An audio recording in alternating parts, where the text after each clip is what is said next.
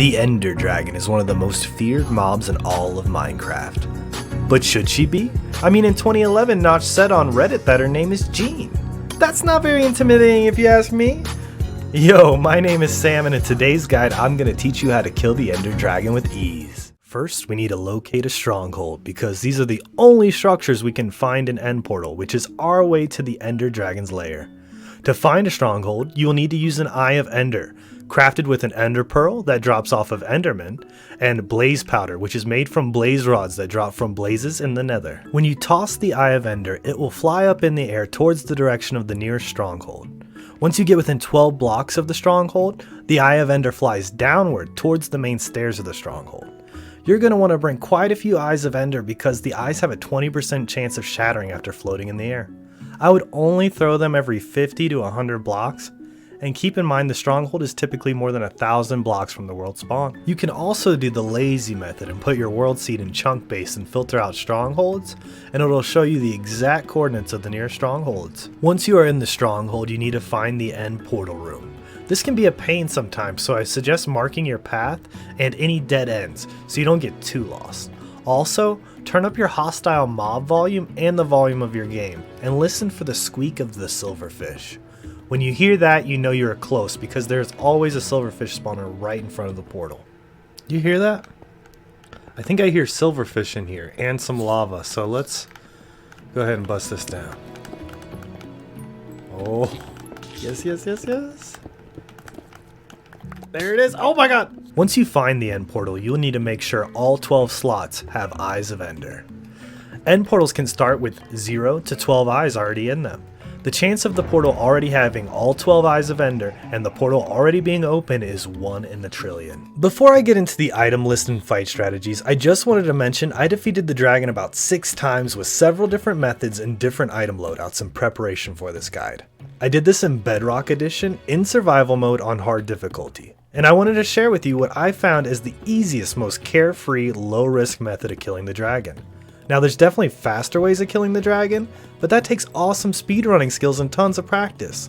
The way I'm going to teach you today, I think anyone could do fairly easily, and the whole fight only takes around 5 minutes. Now that you've found and opened the end portal, we should prepare for the fight before just jumping in, because once you go in the end portal, there's no way out until you defeat the Ender Dragon or die. Alright, now let's get prepared for the fight. Here's all the supplies I suggest you bring. Up here we got our basics, our tools, our pickaxe, shovel, food, torch, water bucket for the MLG Pro landings, a bunch of building blocks. I suggest dirt because it's easy to break. You can also bring an ender chest, which will increase the amount of items you can store. Carved pumpkin is one of the most important things. When you wear this and you look at an enderman, he will not be aggravated and he won't attack you. So then you can just focus on the dragon, which is actually like a huge advantage during the fight. For the rest of the armor, netherite with protection. You can also bring diamond if that's the best you got. On the boots, feather falling to reduce fall damage.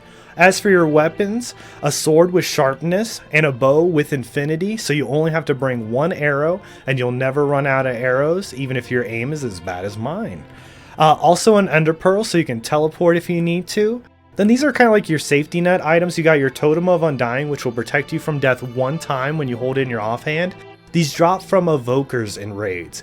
You can also craft golden apples, and this will give you the regeneration and absorption effect, which is also like a little shield for a moment. Then bring a lot of glass bottles so you can scoop up the dragon's breath from the dragon's attacks, and you'll get the lingering potion, which you can actually use to make other potions that are really useful. Speaking of potions, there's a few potions you're going to want to bring for the fight. The only mandatory potion is the potion of slow falling, because the dragon's going to knock you up in the air during the fight, and the potion of slow fall will protect you from taking any fall damage or getting knocked into the void. Also in phase 1, when you're destroying the end crystals on the top of the obsidian towers, you can just jump right off and not worry about taking any damage.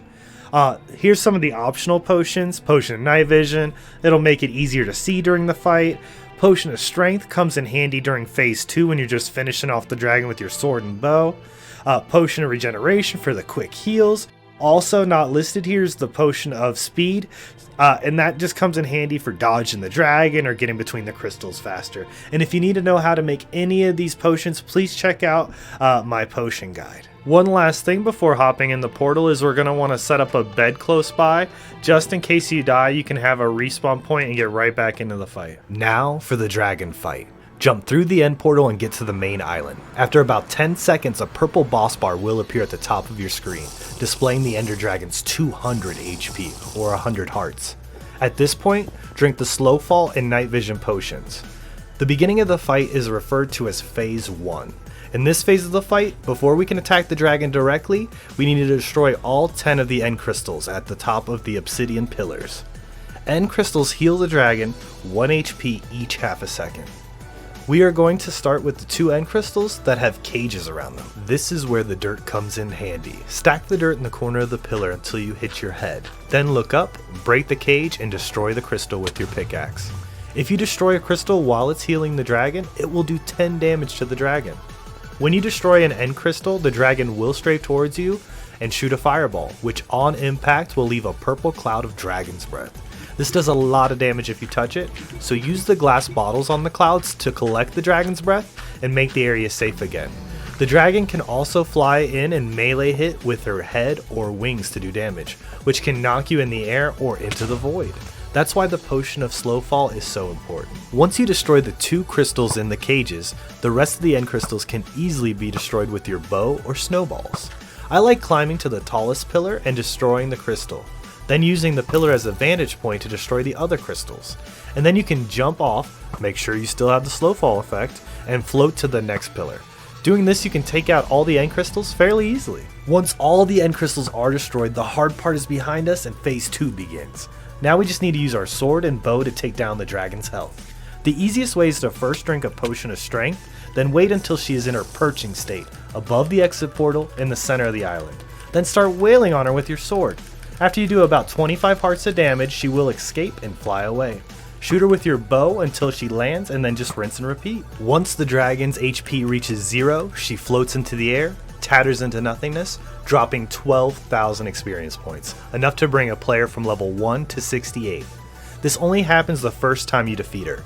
Also, the exit portal opens up, allowing you to leave the end. Jumping through it rolls the end credits only once, then takes you to your set spawn point. But don't forget to grab the dragon egg on top of the portal. Once you hit it, it will fly to a nearby location, then just dig 2 blocks under it, place a torch, then destroy the middle block and the egg will drop, allowing you to pick it up. A end gateway is generated nearby, which will take you to the outer islands in the end. To use it, throw an ender pearl into the portally part, and you'll be teleported to the outer islands. Out here you can find end cities that have a chance to have a floating end ship that always has an Elytra inside. The Elytra is a chest armor item that gives you the ability to glide, and when paired with firework rockets, you can fly. You can resummon the dragon at any time by placing 4 crafted end crystals around the exit portal's frame, which will then start the fight over. Once the ender dragon is defeated again, another end gateway will generate, which when used will take you to a different part of the outer islands. You can kill the ender dragon as many times as you want, but only 20 end gateways will generate. And in Bedrock, you can get up to 2 dragon eggs. Thank you so much for watching. Oh no. Thank you so much for watching. If the guide helped you out at all, please leave a like, and for more guides just like this one, please subscribe. You guys have a wonderful day. Bye.